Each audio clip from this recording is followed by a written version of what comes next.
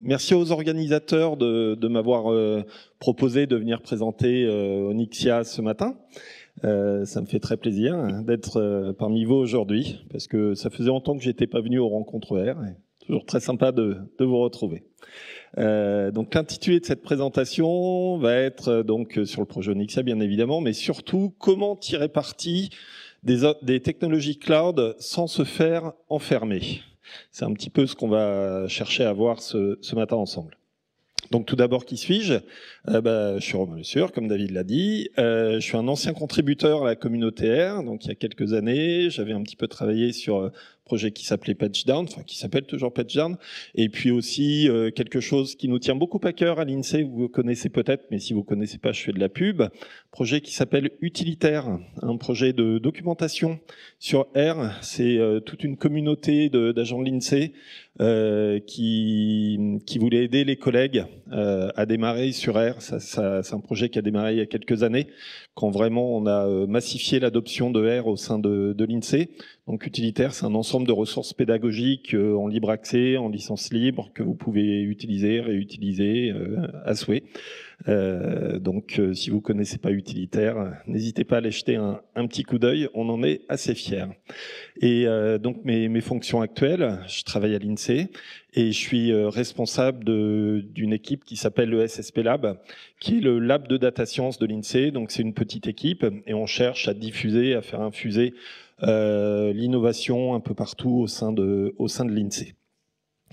Et justement, je vais commencer un petit peu par ça, c'est quelle est notre situation un petit peu à l'INSEE, puisque l'INSEE, on est le seul institut de statistique en France par définition, on est l'institut national, comme dans chaque pays, et donc on est une organisation totalement atypique, puisqu'en fait on a à peu près 1 millier de personnes au sein de l'organisation, nous sommes 5000, on a à peu près 1 millier de personnes qui manipulent de la donnée en utilisant un langage de programmation.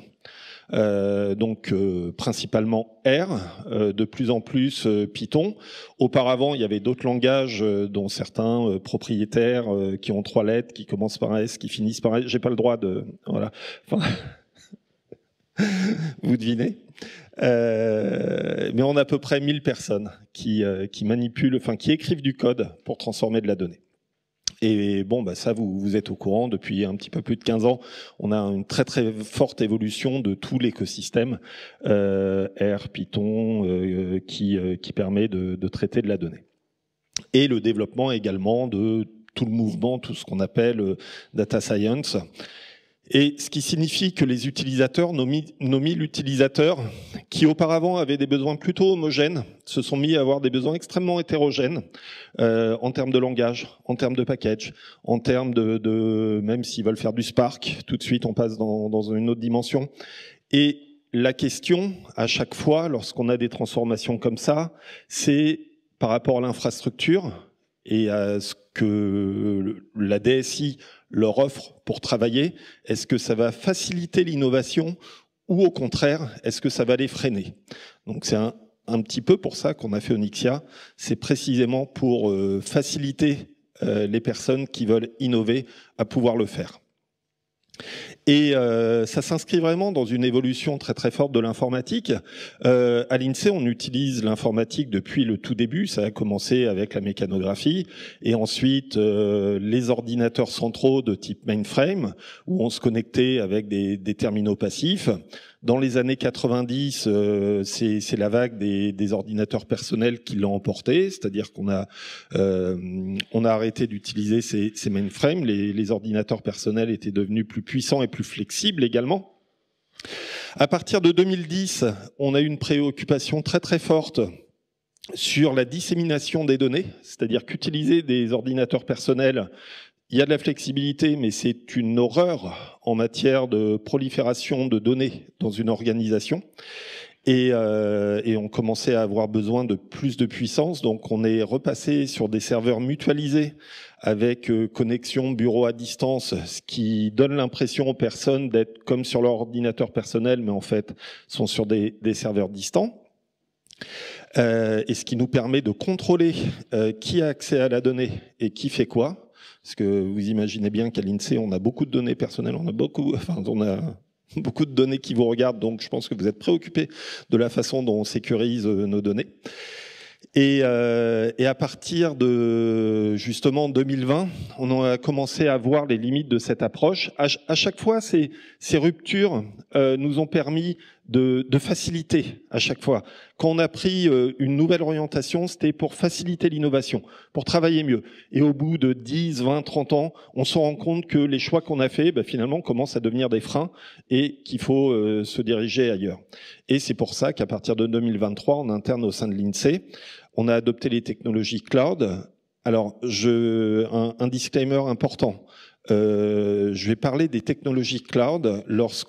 Que je vais parler des technologies cloud, ça ne veut pas dire que nous sommes sur le cloud public type Google ou Amazon. Ça veut dire que nous avons créé un cloud au sein de notre data center. Donc, c'est l'utilisation des technologies cloud dans notre contexte, c'est on a créé un cloud à la maison. Donc c'est un petit peu plus compliqué que d'aller acheter un cloud chez un cloud provider. Et les enjeux qu'on a pu constater, justement, qui nous ont fait prendre cette orientation et lancer le projet Onyxia, c'est un besoin de plus en plus important de puissance de calcul, notamment de GPU, dès qu'on va vouloir faire du machine learning, du deep learning. Et là, les PC ont leurs limites. On peut plus utiliser de PC maintenant pour faire sérieusement du machine learning ou du deep learning. Et même, c'est pas sérieux d'utiliser son PC parce que ça veut dire qu'on a les données sur son PC. Et au sein d'une organisation, ça, c'est strictement interdit de manipuler de la donnée sur son ordinateur personnel. Les utilisateurs ont besoin de cette grande flexibilité. Sur le cran, je ne sais plus à combien on en est, 12, 15 000 packages, donc c'est une folie. Mais aussi de reproductibilité. Évidemment, à l'échelle d'une organisation, c'est ce que je vous disais, on a besoin de savoir qui a accès, de contrôler qui a accès à la donnée, pourquoi faire, et de surveiller tout ça. Et donc le PC, je vous l'ai déjà dit 3 fois, hors de question d'utiliser un PC. Et enfin, le gros enjeu que nous avons eu ces dernières années est relatif au déploiement, et on en a parlé hier, puisque le métier de statisticien s'est transformé en data scientist, c'est-à-dire que les artefacts produits par un statisticien auparavant étaient des tableaux, des rapports, des documents, et de plus en plus, un data scientist va déployer une application interactive de type Shiny, par exemple, ou bien va déployer une API type Plumber, et il va y avoir ce besoin de déploiement applicatif. Et de plus en plus, les enjeux du MLOps, à savoir mettre des modèles de machine learning en production et gérer leur cycle de vie, c'est-à-dire avoir de l'observabilité en production, monitorer tout ça et réentraîner régulièrement les modèles et être en capacité collectivement, c'est surtout des enjeux organisationnels, de remettre de nouveaux modèles en production. Donc ça, c'est des enjeux très très forts, mais bon, je pense que vous faites face aux mêmes, en tout cas en matière de MLOps, c'est loin d'être simple d'un point de vue organisationnel. Et ce qu'on a constaté dans toute notre histoire, c'est un risque important d'enfermement propriétaire. On a été traumatisé par un vendor lock-in lié à un langage de programmation qu'on avait à l'INSEE, qui nous a coûté extrêmement cher. Alors quand je dis nous sommes une administration, nous sommes financés par vos impôts, donc ça vous a coûté extrêmement cher. Et ça a été très très dur d'en sortir. Vraiment, on a presque fini d'en sortir et on a été traumatisé par les vendor lock-ins. Donc vraiment, c'est ce qu'on redoute le plus au monde. Et on fait très attention. Et lorsqu'on regarde l'écosystème de la donnée, évidemment, on avait des langages propriétaires maintenant. Bon, auparavant, on avait des langages propriétaires. Maintenant, on a des langages open source. Donc ça va, on est bien. Et on voit que finalement, les risques d'enfermement propriétaire se situent maintenant plus au niveau des plateformes. Et lorsqu'on fait un choix de plateforme, on risque de se lier les mains et à nouveau d'avoir une dépendance forte qui risque de coûter très très cher. Donc c'est ça qui nous préoccupe le plus et c'est pour ça qu'on a fait Onyxia. Et on a vu à côté de ça émerger depuis une dizaine d'années des opportunités assez incroyables. Les conteneurs, donc Docker étant le client le plus connu. On a déjà beaucoup entendu parler dans cette conférence. L'avantage, c'est qu'ils sont flexibles, ils sont portables. Il facilite, c'est pas non plus la panacée, mais ça aide à la reproductibilité. Donc ça, c'est devenu une pièce un peu essentielle et qui est la base des technologies cloud. Au-dessus, parce qu'un conteneur, c'est juste une boîte, il faut pouvoir, lorsqu'on déploie ça dans un système d'information, orchestrer l'ensemble de toutes ces boîtes. Donc c'est vraiment comme le port et les grues. Et donc avoir un orchestrateur de conteneurs. Et bon, finalement, maintenant, il n'y en a plus qu'un qui s'est imposé, c'est Kubernetes. Donc il y avait d'autres projets auparavant, hein, il y avait Mesos par exemple, mais à partir de 2021, c'était terminé, c'est Kubernetes qui a remporté la partie. Donc on a adopté ça parce que finalement, c'est un monopole technologique de fait, qui permet facilement de passer à l'échelle, et également qui facilite le passage en production parce que si les personnes ont l'habitude de travailler dans des conteneurs, ont l'habitude de modifier le Dockerfile pour pouvoir développer, derrière c'est assez facile de reprendre ces conteneurs pour les mettre en production. Et enfin, la dernière grosse innovation en matière de technologie cloud, c'est le stockage objet, donc de type S3. On en a déjà parlé lors de cette conférence hier. Et en fait, alors je ne sais pas si tout le monde sait ce que c'est, mais vous utilisez toutes et tous un drive, c'est-à-dire vous stockez vos données quelque part, sur des serveurs dans le nuage, et vous avez des URL d'accès à vos fichiers. Donc, ça n'est que ça. Enfin, comment dire, ça n'est que ça. Non, c'est plus que ça, le stockage objet, mais à la base, c'est ça. Donc, plutôt que d'être dans une logique où vos données vont être sur votre disque local ou sur un lecteur réseau, on oublie complètement ça. Toutes les données sont avec des URL et sont accessibles de ce fait. Ça facilite grandement à l'échelle d'une organisation la gestion des données, c'est-à-dire que ça permet, si on rajoute de l'organisation, d'avoir un data lake, de créer un data lake. Un data lake, c'est surtout organisationnel plus que technologique. Et ça a des bonnes propriétés en matière d'utilisation de la donnée, des bonnes propriétés techniques. Je vais pas détailler dessus. Puis même, il y a des petits goodies avec le stockage objet, c'est-à-dire que si vous déposez une page web statique dessus, eh bien, ça apparaît comme une page web, c'est-à-dire que le GitHub Pages ou GitLab Pages, vous avez la même expérience. Enfin, c'est du S3 hein, dans les faits. Vous déposez vos fichiers statiques et c'est servi comme un site web statique. Donc voilà, c'est vraiment des technologies très très très sympas à utiliser. Et venons-en maintenant au projet Onyxia. Le plus important pour nous, c'est de décrire l'ADN de ce projet. Et je vous ai raconté tout ça justement pour que vous compreniez pourquoi, quel est l'ADN de ce projet. Tout d'abord, on veut Onyxia s'adresse aux organisations qui veulent mettre en place une plateforme de type DevOps, de type Lab, qui va être orientée data science, et qui va faciliter le passage en production pour abattre ce mur de la production lorsqu'on passe du dev en prod. Donc c'est vraiment la logique DevOps. Le projet est 100% open source.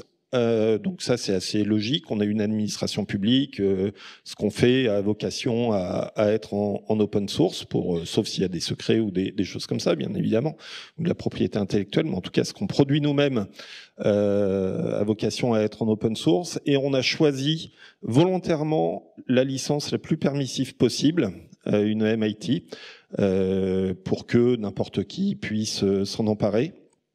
On fait extrêmement attention, et ça vient de notre traumatisme, à éviter toute forme d'enfermement propriétaire.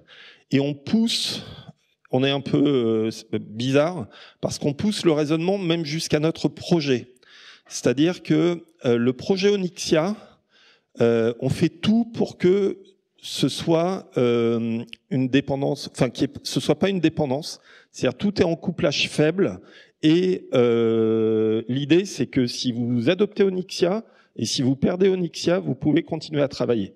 Entre guillemets, c'est Onyxia vous sert, mais vous pouvez vous en passer.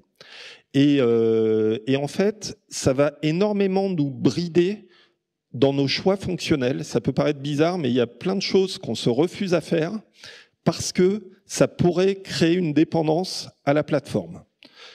C'est très bizarre comme choix. Et donc, il y a plein de fois où on a des demandes qui nous remontent d'utilisateurs. Ce serait mieux si on pouvait faire ci et ça. Oui, ce serait mieux, mais on ne le fera jamais parce que sinon, vous allez être dépendant de la plateforme et on ne veut pas ça. C'est très particulier, mais c'est amusant. Évidemment, c'est du 100% cloud native. On a embrassé cette direction-là. Et on veut que ce soit déployable n'importe où. Donc, chez un cloud provider public, Google, AWS, enfin, où vous voulez. Ou bien dans vos propres serveurs, à condition que vous installiez du Kubernetes et du stockage d'objets. Mais on n'est pas, a priori, on veut être agnostique. Le plus simple, c'est que je vous montre une petite démonstration au cas où vous ne l'auriez jamais utilisé. Pas mal d'entre vous aujourd'hui ont accès à une plateforme qui utilise Onyxia, qui s'appelle le SSP Cloud. Donc vous connaissez, mais sinon pour ceux qui ne connaissent pas, je vous montre un petit trailer.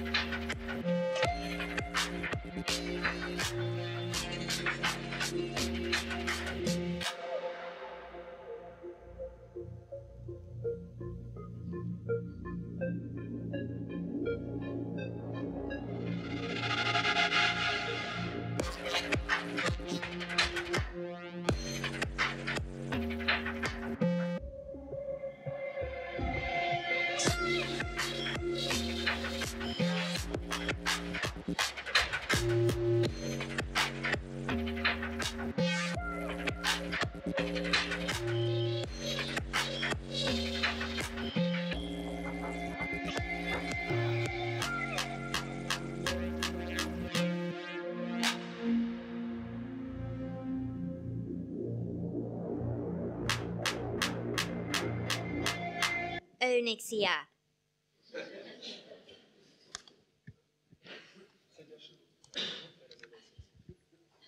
Alors, pour les organisations qui sont intéressées pour adopter Onyxia, finalement, il y a des prérequis. Onyxia, c'est pas grand-chose. C'est un soft qui est assez léger.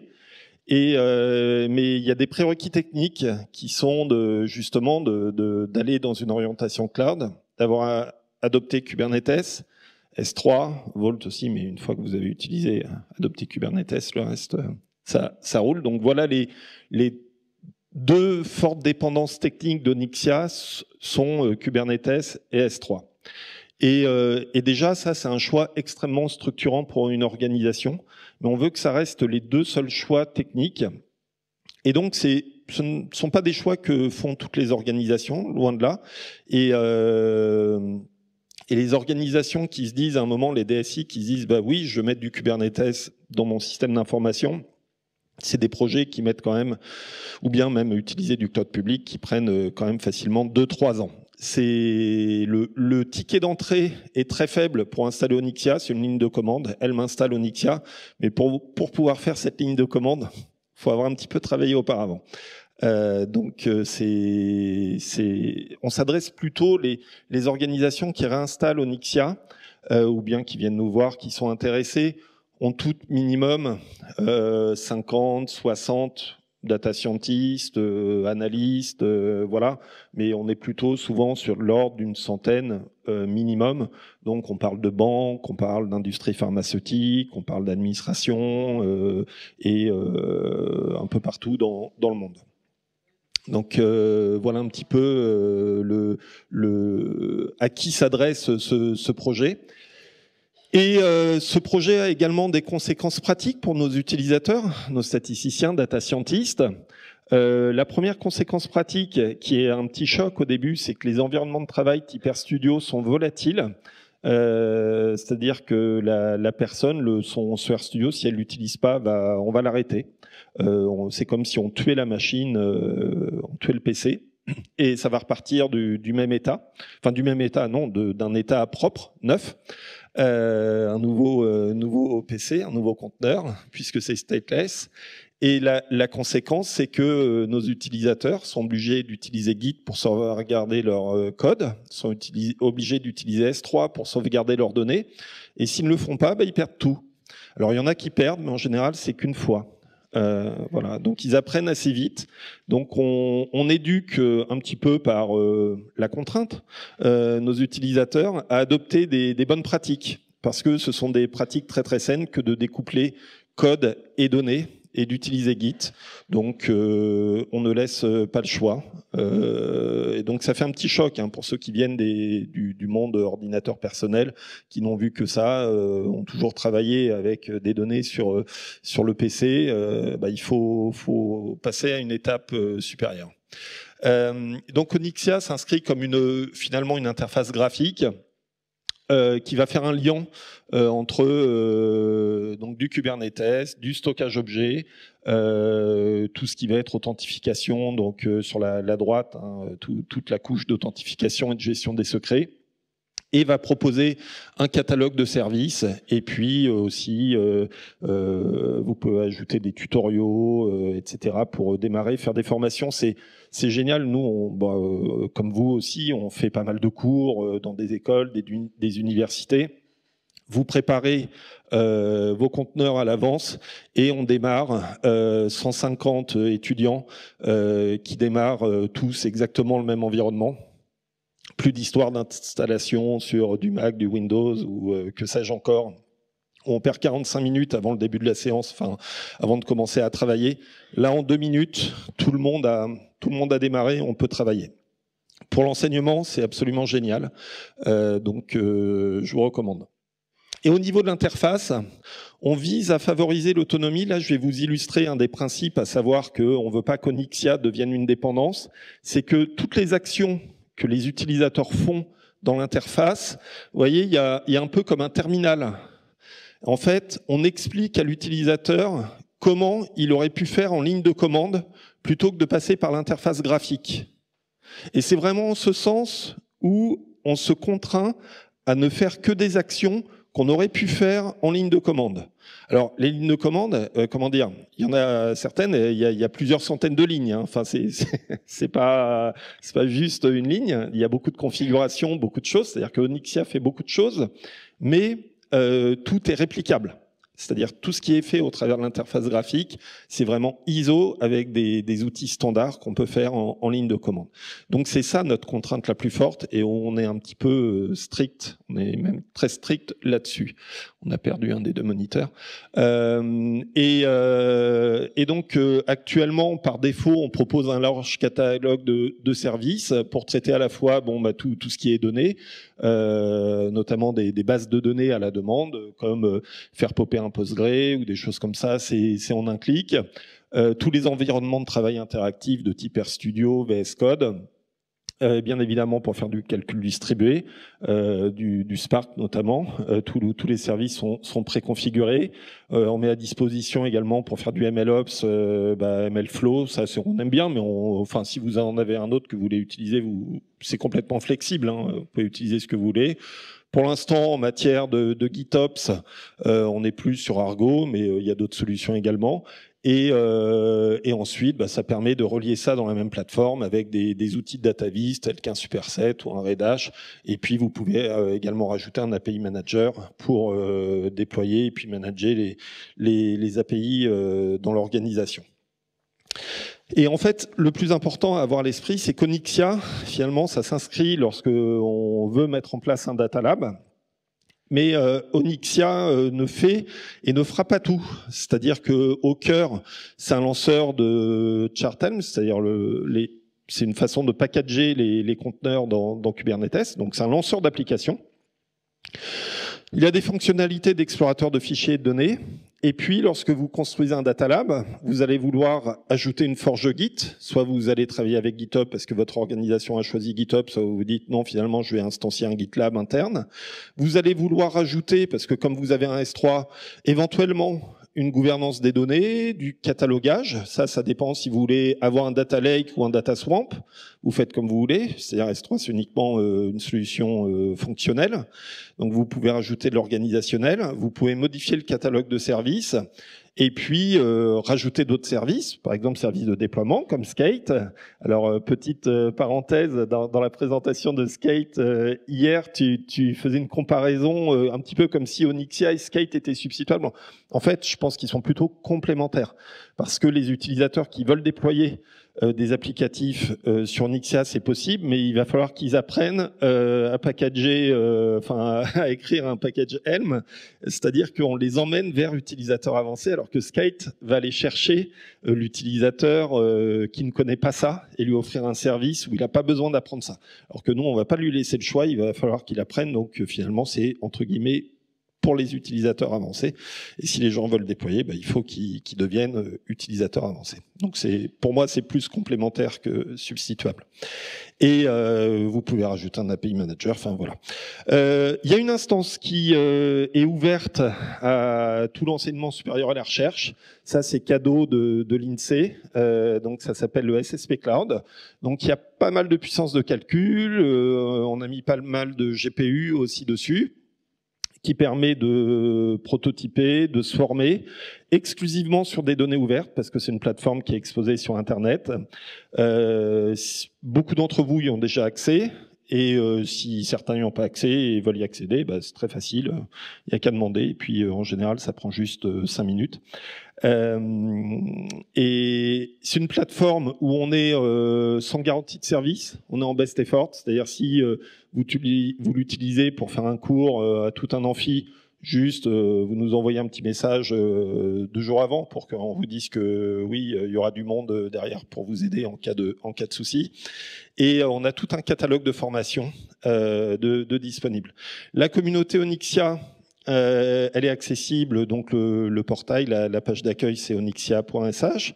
On a un Slack, des community meetings chaque dernier vendredi du mois, et où finalement toutes les personnes qui ont soit adopté Onyxia, soit s'y intéressent, sont présentes. Donc évidemment l'INSEE, on est là, c'est nous qui les organisons. Il y a les collègues de l'INSEE norvégiens, Statistics Norway, qui sont là également, puisque ils ont instancié également en interne. Il y a les représentants du projet Mercator Océan, qui ont adopté également Onyxia. Il y a le GENES, le groupe des écoles nationales d'économie et de statistique, donc NSAE, NSAI et CREST, qui sont présents également. Et puis bien d'autres dont je tais les noms parce que ce sont des personnes qui n'ont pas encore dévoilé totalement leur appartenance, mais on a quand même beaucoup de monde qui s'intéresse maintenant à Onyxia, puis ça fait très plaisir.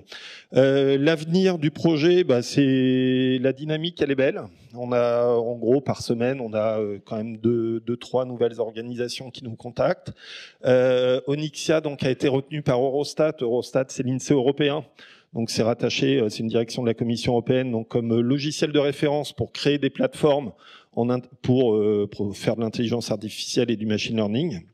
Donc ça, c'est un gros projet qui s'est lancé en avril et qui nous finance maintenant nos développements. Et puis on a pas mal d'acteurs, effectivement, publics et privés, qui s'intéressent à Onyxia, et puis également quelques entreprises de services numériques qui sont positionnées pour aider au déploiement d'Onyxia. C'est-à-dire vous êtes une organisation, vous voulez faire appel à un prestataire pour mettre en place une data platform un data lab avec un Onyxia dedans. Il y a des entreprises qui maintenant savent faire. Voilà.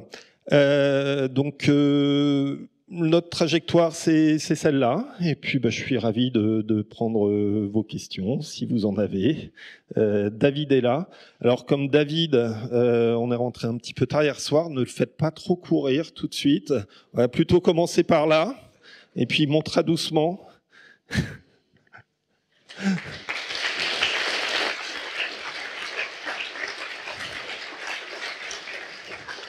Merci Romain.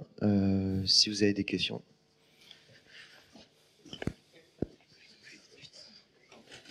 Merci. Merci pour ta présentation. J'ai une petite question concernant la formation des étudiants à l'ENSAI ou à l'ENSAI qui ont vocation à être ensuite, du coup, ingénieurs, j'imagine, dans les services autour de toi. Est-ce que, du coup, vous les formez déjà à l'usage de la plateforme, en fait, dès leur cursus Alors en fait, si c'est nous qui donnons les cours, on donne pas tous les cours, mon équipe à l'ENSAI, à l'ENSAE, mais quand c'est nous qui donnons les cours, oui.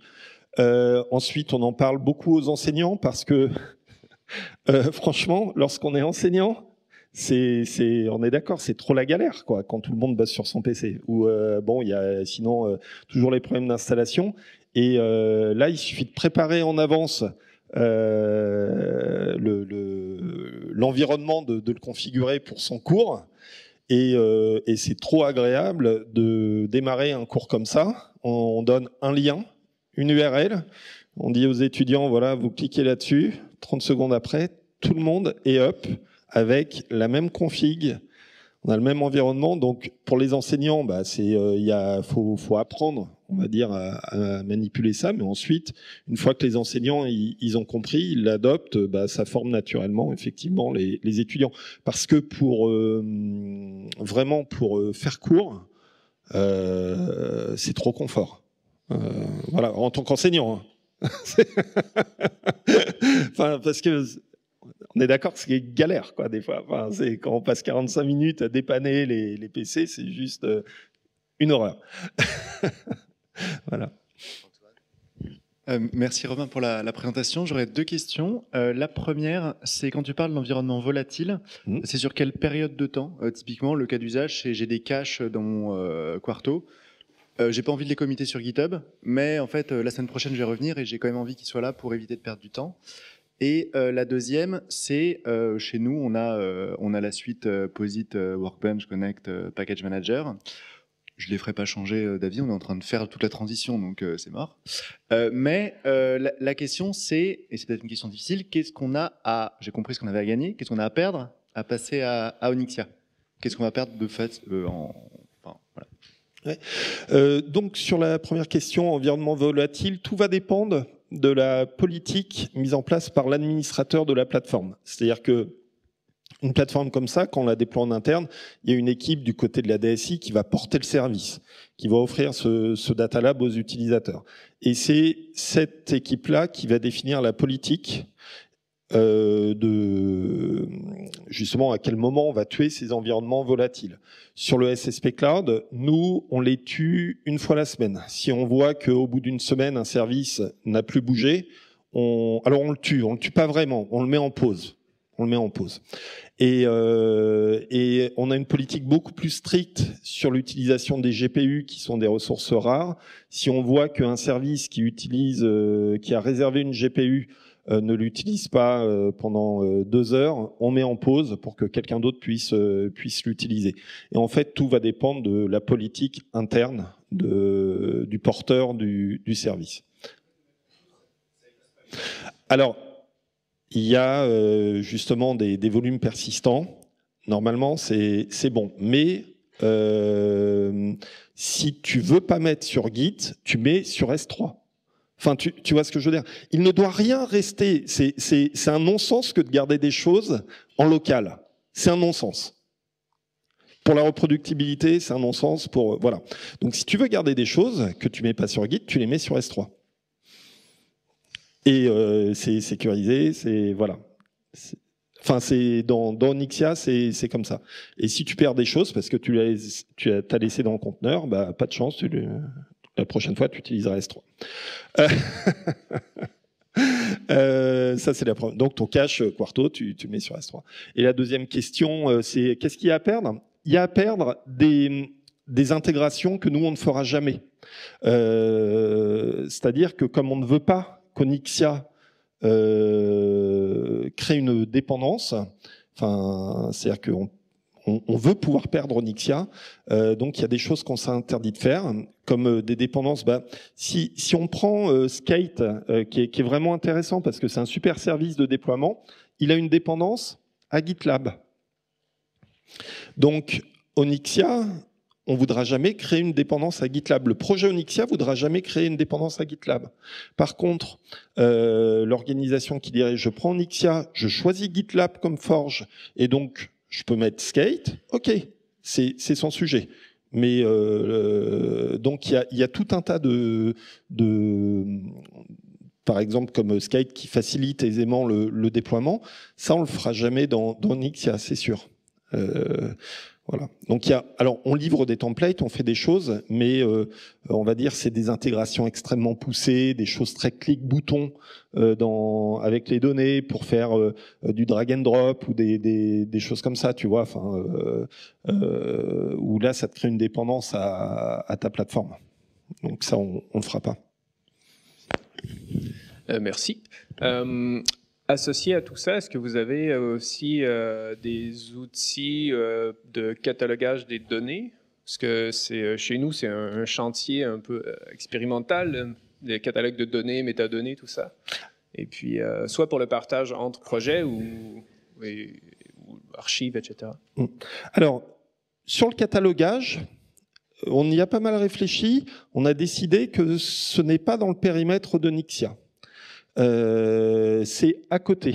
C'est-à-dire qu'effectivement, lorsqu'une organisation va décider de partir là-dessus, va se dire j'ai besoin d'un data lab, elle va se dire aussi j'ai besoin de stockage, et derrière, qu'est-ce que je fais avec mon stockage? Est-ce que je fais un marécage de données? Est-ce que je fais un lac de données? Et à partir de ce moment-là, si elle se dit je ne veux pas faire un marécage, mais je veux faire un lac, je vais partir sur des outils de catalogage.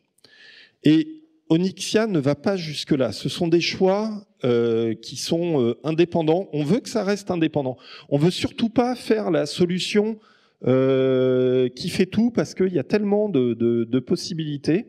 Donc, on cherche volontairement à avoir un scope assez limité et à faire peu de choses, mais à le faire très très bien. Et c'est un peu la même philosophie qu'Unix. On veut pas faire le gros truc. Et en revanche, dans notre communauté, on a des acteurs qui construisent des data labs et qui, à côté d'Onyxia, vont mettre certaines solutions de catalogage de données. Et donc, la communauté Onyxia est un bon endroit pour parler de ça également.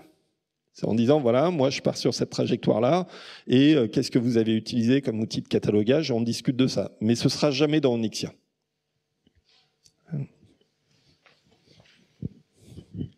Salut Romain, je vais t'embêter avec cette question. On en avait déjà parlé un petit peu à la FOSDEM à Bruxelles au début de l'année par rapport à la licence MIT versus GPL. La question c'est, donc la philosophie d'Onyxia c'est d'enfermer, enfin de pas d'enfermer justement, d'éviter l'enfermement. Est-ce que quand vous avez fait le choix de la licence, est-ce que vous avez discuté du risque, peut-être très faible, que justement une entreprise s'approprie Onyxia, fasse une offre propriétaire et puis relicence tout le bazar, enfin ou le fournisse de manière propriétaire, vu que MIT pourrait autoriser ça. Voilà. Je t'embête. Hein. Ah non, ça m'embête pas parce que c'est pas un risque, c'est une chance. Ça dépend comment on le voit. Le scénario que tu décris, pour moi, c'est la plus belle chose qu'on pourrait avoir, puisque nous, on est le service public. Le but du service public, c'est de créer du service, de créer de la valeur. Et si ce qu'on crée de la valeur économique également, crée un marché, crée des emplois pour des entreprises, mais je serais heureux. Je serais vraiment heureux qu'il y ait un business qui se développe et qu'il y ait des entreprises qui se créent, qu'on crée des emplois. Enfin, c'est chouette, quoi, de créer de la valeur économique. Donc, non, c'est au contraire. C'est parce qu'on voit plutôt une source potentielle de création de valeur qu'on est parti en MIT et pas GPL, parce qu'on sait que quand les entreprises voient GPL, elles s'écartent. Donc GPL, on reste contre milieu de dev, open source, voilà. Bon, nous on veut un petit peu plus que ça. On veut juste conquérir le monde, hein, autrement dit. Je tire le fil pour une toute dernière petite question. Mais ouais, c'est suite à la question de Bruno. D'après tout ce que tu as décrit, moi je verrais vraiment un usage important d'utilisateurs qui auraient à disposition Onyxia, mais voilà, n'importe qui gratos, voilà, allez-y. Alors, il faut le faire, il faut sponsoriser, il faut trouver une solution, quoi. Mais il y a vraiment, il y aurait quelque chose à faire là. Et notamment au niveau enseignement. Faire concurrence à RStudio Cloud, par exemple. Oui, alors, disons que c'est ce qu'on fait avec nos petits moyens dans notre garage, à travers le SSP Cloud. Donc, n'hésite pas. Je pense pas que l'université de Mons soit encore dans le SSP Cloud, mais si ça y est pas, on va rajouter. Nous, on essaie de le faire à notre niveau, avec les subventions qu'on a eues, pour créer cette instance-là, ces serveurs. Et on les offre à l'enseignement supérieur et la recherche avec des conditions qui sont ce qu'elles sont. Hein. C'est-à-dire on s'engage pas. Si ça marche pas, ça marche pas. En fait, la difficulté dans ce que tu décris, c'est le niveau d'engagement de service. C'est quelle équipe va s'engager à offrir à tout l'enseignement supérieur et la recherche 7 jours sur 7, 24 heures sur 24, pour potentiellement 120 amphis de 300 étudiants en même temps sur toute la... Enfin, tu vois ce que je veux dire ? On parle de ça, c'est pas une bricole. Donc, tu vois, c'est plus sur le niveau d'engagement de service où très très vite ça peut coincer. Merci beaucoup, Romain. Merci à vous, c'est un plaisir.